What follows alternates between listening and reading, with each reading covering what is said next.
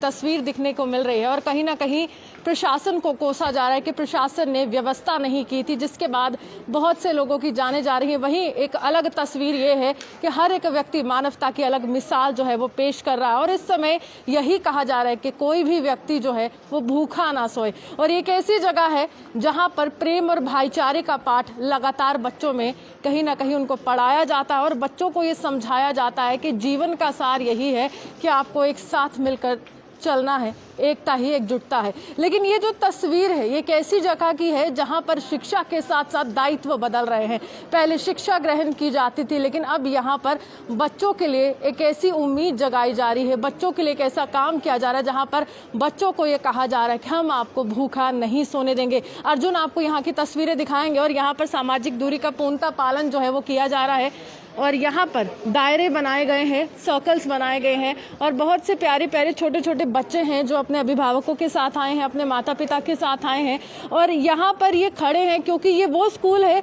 जिसका दीदार काफ़ी समय से इन्होंने किया नहीं था, क्योंकि लॉकडाउन की प्रक्रिया निरंतर चल रही है। अब अनलॉक का आगाज़ हुआ है, हालांकि संशय बरकरार है क्या जो निर्धारित तारीख प्रशासन ने तय की है, क्या उसके बाद स्कूल, यूनिवर्सिटी और कॉलेजेस खुलेंगे या नहीं खुलेंगे। संशय के बादल बरकरार है, लेकिन कहीं ना कहीं सवाल ये उठता है कि क्या जो व्यक्ति स्कूल से ताल्लुक रखता है, जिस व्यक्ति ने अपने बच्चों को यहाँ पर शिक्षा ग्रहण करने के लिए भेजा है, क्या वो चैन की नींद सो पा रहा है, क्या वो खाना खा पा रहा है। तो यहाँ पर बेथल चैरिटेबल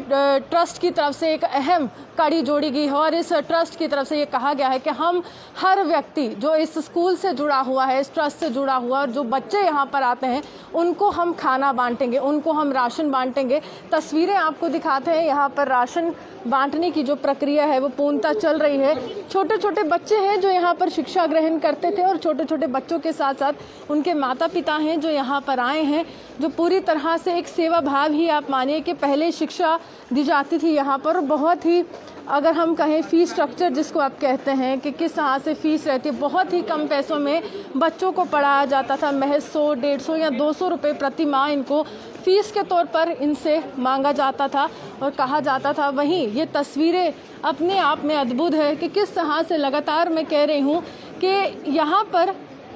दायित्व हर एक व्यक्ति का बदल रहा है। जो टीचर्स पहले ब्लैक बोर्ड पर लिखते थे, आज वो टीचर्स जो हैं पूरी तरह से मदद के लिए आगे आए हैं। वॉलंटियर बनते हुए इन तमाम बच्चों के अभिभावकों को ये कह रहे हैं कि हम आपके बच्चों को भूखा नहीं सोने देंगे, क्योंकि ये एक ऐसी तस्वीर है जो दिखाना काफ़ी ज़्यादा लाजमी है। हर एक व्यक्ति, अगर देश के प्रधानमंत्री की बात की जाए, अपने स्तर पर सबकी मदद कर रहा है और लगातार ये कहा गया उनकी तरफ से कि मोहल्ले, कॉलोनीज़ और अन्य जगहों पर छोटे छोटे गुट बना लीजिए, अपने स्तर पर जितना हो सकता है सबकी मदद कीजिए। वहीं बेथल चैरिटेबल ट्रस्ट की तरफ से एक कोविड रिलीफ प्रोग्राम का आगाज़ हुआ और कोरोना काल में इनका दायित्व बदल गया, इनकी जिम्मेदारी बदल गई और छोटे छोटे बच्चे हैं, बहुत नन्हे से प्यारे से शिक्षा ग्रहण करने आते थे, लेकिन आज स्कूल में शिक्षा तो नहीं दी जा रही। आज स्कूल में ड्राई राशन दिया जा रहा है, खाना खिलाने की प्रक्रिया जो है यहाँ पर की जा रही है और यहाँ पर आप देख सकते हैं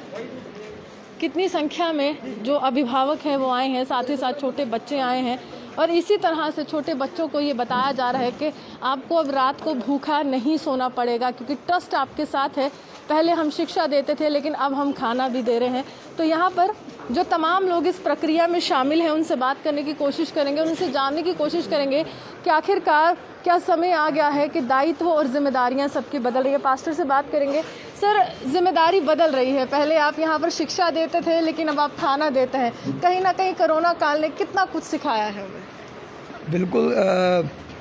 असल में जब बेथल चैरिटेबल ट्रस्ट है तो ट्रस्ट का मतलब है सोशल वर्क करना, लोगों की मदद करना। तो इसके मीनिंग को, इस वक्त शब्द को, इसको प्रैक्टिकल में सही तरीके से करने के लिए एक मौका जब मिलता है तो उस मौके को कभी हाथ से ना गंवाएं। इसलिए हमारा जो इनिशिएटिव यहाँ पर आने का था, इस जगह में जब हमने स्कूल खोला था, ये पूरा स्लम एरिया था इस जगह, तो उस वक्त हमारा टास्क था कि गरीब बच्चों के, गरीब परिवारों के बच्चे एक कॉन्वेंट स्कूल जैसी शिक्षा क्यों नहीं ले सकते हैं। तो हम उस इनिशिएटिव के साथ आए कि कैसे हम गरीब बच्चों के बीच में क्या कर सकते हैं, सेवा कर सकते हैं। और 20 बच्चों से हमने स्कूल की शुरुआत की जिसमें इस वक्त 500 बच्चा पढ़ रहा है। और बिल्कुल एक नॉमिनल फ़ी के तौर के ऊपर हम इस जगह से फ़ी लेते हैं। मैं कहता हूँ 100-150 तक फ़ी है। और मैं तो कहता हूँ जम्मू के बीच में अगर कोई भी गरीब है और फ़ी नहीं दे सकता है, कृपया करके आप सबके लिए ओपन है, आप आ सकते हैं। और वेल एजुकेटेड टीचर हैं और वॉलंटियरी काम करने वाले हैं, ये नहीं पैसे कमाने वाले नहीं टीचर, बल्कि वॉलंटियरी काम करने वाले हैं। इनकी पे को ज़्यादा नहीं है, लेकिन फिर भी ये सोशल वर्क समझ करके इस जगह में करते हैं। इस वक्त हमने एक इनिशिएटिव लिया कि हम कैसे इसको स्कूल के बच्चों को कैसे हम एजुकेशन तो दे रहे हैं, लेकिन खाना क्यों ना दिया जाए इनको, क्योंकि इस वक्त जिस वक्त सारा कुछ बंद है, सब लेबर तबके के हैं, तो कैसे इनको दिया जाए। सो बेहतर लिविंग वर्ल्ड स्कूल की जो प्रिंसिपल है, उन्होंने इस मुद्दे को ट्रस्ट के बीच में डिस्कस किया और ट्रस्ट इनके साथ सहयोगी हो गया। मैं चाहता हूँ कि बेहतर लिविंग आपसे वर्ल्ड मैं स्कूल जानना की चाहूँगी, लगातार यहाँ पर जो कोरोना काल है वो समाप्त नहीं हो रहा, बल्कि निरंतर बढ़ रहा है। हालांकि राहत है कि आंकड़ों में कमी आई है, लेकिन एक यहाँ पर प्रिंसिपल होने के नाते इस समय जो शिक्षा का स्तर, जिस तरह से इन्होंने कहा कि कोई भी व्यक्ति यहाँ पर आके शिक्षा ग्रहण कर सकता है, तो वो जो शिक्षा का स्तर है अब कैसे पहुँचा रहे, क्या ऑनलाइन क्लासेस लग रही हैं और ये बच्चे कैसे पढ़ पा रहे हैं?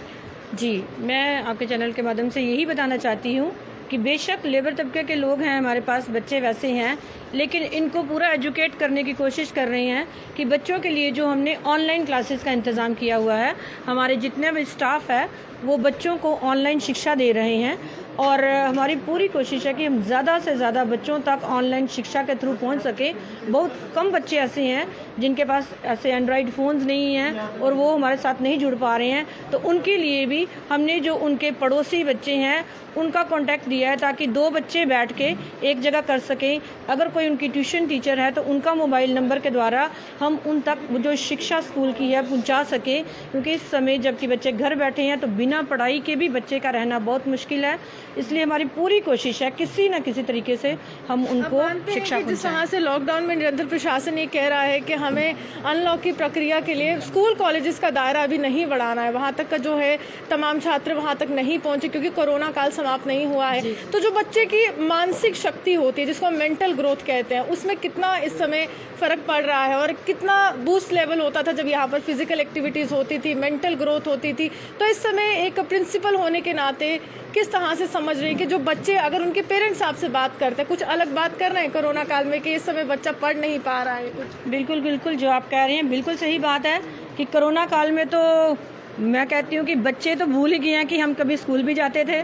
और इसी चीज़ को इम्प्रूव करने के लिए ना केवल बुक्स की शिक्षा हम उनको ऑनलाइन दे रहे हैं, बल्कि बच्चे की मेंटल पावर बढ़ाने के लिए कुछ एक्टिविटीज़ को हम उसके ऊपर हम उनको शो करते हैं और कुछ ऐसी अट्रैक्टिव चीज़ें उनको उसके ऊपर छोटी छोटी वीडियो क्लिप्स डालते हैं। विजुअली आप हाँ जी, विजुअली उनके साथ हम कॉन्ट्रैक्ट करने की कोशिश करते हैं। कई बार तो कई क्लासेस के साथ जो बच्चे कर पा रहे हैं उनके साथ हम जूम पे ऊपर कॉन्ट्रैक्ट कर पा रहे हैं, ताकि किसी न किसी तरीके से जो इस पैंडमिक के कारण बच्चे मेंटली डिस्टर्ब हो गए हैं, पढ़ाई से पीछे रह गए हैं, तो उनको किसी न किसी तरीके से उस परिस्थिति से निकाला जा सके। और उनको हम पूरी कोशिश कर रहे हैं और बच्चे काफ़ी डेवलप भी कर रहे हैं उसके बीच में। लेकिन पेरेंट्स की तो वाकई ही बहुत शिकायतें हैं। इतना अच्छा होता ना कि आपकी तरह अगर हर गवर्नमेंट स्कूल सोचता और सबको पेरेंट्स को कहता कि हम एक दायित्व समझ रहे हैं, जिम्मेदारी समझ रहे हैं, बेशक आपके बच्चे घर में हैं लेकिन ये हमारा परिवार है, हमारे परिवार के जो बच्चे हैं वो आपके घर में हैं, आप भी इस तरह से काम कीजिए। जो तमाम सरकारी दायरे हैं उनको या फिर आप स्कूली शिक्षा विभाग है उनको आप कहना चाहेंगे कि जो लेबर तबके के लोग हैं, जो डेली वेजर्स हैं, जिनको अभी तक सैलरी नहीं मिली है, उनके पेरेंट्स तक मदद पहुँचाएँ? जी बिल्कुल, मैं तो सबसे आपके चैनल के माध्यम से यही निवेदन करूंगी कि चाहे वो हमारे गवर्नमेंट स्कूल्स हैं, चाहे कोई भी और छोटी एकेडमीज़ हैं, वो भी पूरी कोशिश करें कि हमारे जो बच्चे जो लेबर तबके के हैं उनको इग्नोर ना किया जाए। जो तो हाई क्लास के हाई फैमिलीज से बिलोंग करते हैं वो तो हाई स्कूल्स में जाके उनकी तो पढ़ाई चल रही है, लेकिन जो हमारे लेबर तबके के बच्चे हैं वो इस चीज़ का फ़ायदा नहीं ले पा रहे हैं। लेकिन मेरी सब स्कूलों से और गवर्नमेंट से भी यही रिक्वेस्ट है कि कोई ना कोई ऐसा प्रोसीजर निकालें ताकि वो बच्चे भी इस शिक्षा का, इस मेंटल स्ट्रेंथ का लाभ ले सकें, ताकि वो इस क्षेत्र में पीछे ना रह सकें। ताकि इस पैंडमिक ख़त्म होते होते वो बच्चे बिल्कुल ही डल ना हो जाएं, ख़त्म ना हो जाएं, बल्कि वो भी दुनिया के साथ मिल के आगे चल सके। अपनी शिक्षा को लेने का उनको भी हक है, इसलिए किसी न तरीके कोई तरीका सा अपनाएं, चाहे आप जूम पे, चाहे आप ऑनलाइन, चाहे आप किसी स्पेशल क्लासेस के साथ उन तक पहुँचें और उनको भी इस शिक्षा के साथ जोड़ें ज़रूर। चलिए, मैं तो आखिर में यही कहूँगी, कितना अच्छा होता कि तमाम सरकारी स्कूल्स के प्रिंसिपल इस तरह से एक कदम उठाते, तमाम पेरेंट्स को कहते कि आपके बच्चों के लिए अगर शिक्षा के स्तर के लिए हम साथ हैं, साथ ही साथ उनको खाना खिलाने का भी बेड़ा उठाते हैं, क्योंकि मदद का हाथ आगे बढ़ाने की बात देश के प्रधानमंत्री निरंतर की है। क्यों ना आज से ही शुरुआत करते हैं और कहते हैं कि मानवता की एक मिसाल स्कूल से ही शुरू करते हैं। आप भी हमारे साथ देखते रहते न्यूज़ नाउ जम्मू से रूहानी की।